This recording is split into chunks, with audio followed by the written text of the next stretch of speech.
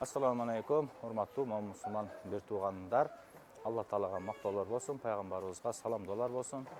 Bugünkü жақшылықтың күбөлөрү мына бүгүн Кашкар Штак айылында Имам Азам аттуу мечитибиз ачылып отурат.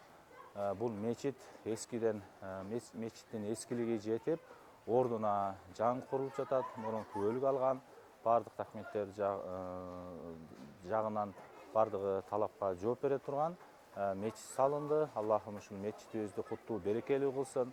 Мына азыркы учурда ошол казият кызматкерлери, алымдарыбыз ушул жерге келип мечиттин ачылышын кылып, өкмөттөн өкүлдөр келип бардыгы катышып жакшы жылуу сөздөрүн айтышты.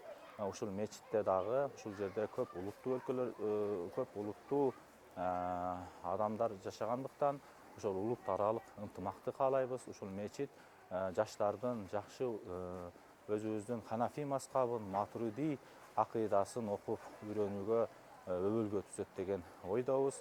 Аллахым ушул мечитти курган инсандардан, салым кошкондордон Аллахым разы болгон болсун. Пайгамбарыбыз хадисинде кимде-ким Алланын үйүн курган болсо, Алла Таала кыяматта бейиште касыр куруп берет, үй куруп берет дегендей хадисине ылайык Аллахым ушул жердеги салым кошкон жүздөгөн адамдар балким мына ошолорго Аллахым разы болгон болсун, кыяматта бейишинен роологон болсун, бейишиндеги үйлөрүнөн насип кылган болсун. Аллахым ушул Кашкарстаг элине мечиттин куттуу кылсын демекчисиз. Ва ахиру даван алхамдулиллахи роббил аламин бирахмат. Biz İmam Azam Mescid ahli jamoasi bilan hammalarimiz birgalikda shu İmam Azam Mescidini mana qurib bitkizdik. Shu masjidlarda Allohim uzoq yillar namozlar o'qishni ro'za nasib aylagin. Masjidimiz ahli birdamligida hammamiz intifoligimizda shu masjidda oson elimizni hurmati bilan hashar yo'llarida bitkazishni o'zi Allohim o'zi qo'llab-quvvatlab yordam berdi. Allohim hammalarga, jamoalarimizga, hammalariga umrlariga, rizqlariga sog'liqlarini bersin.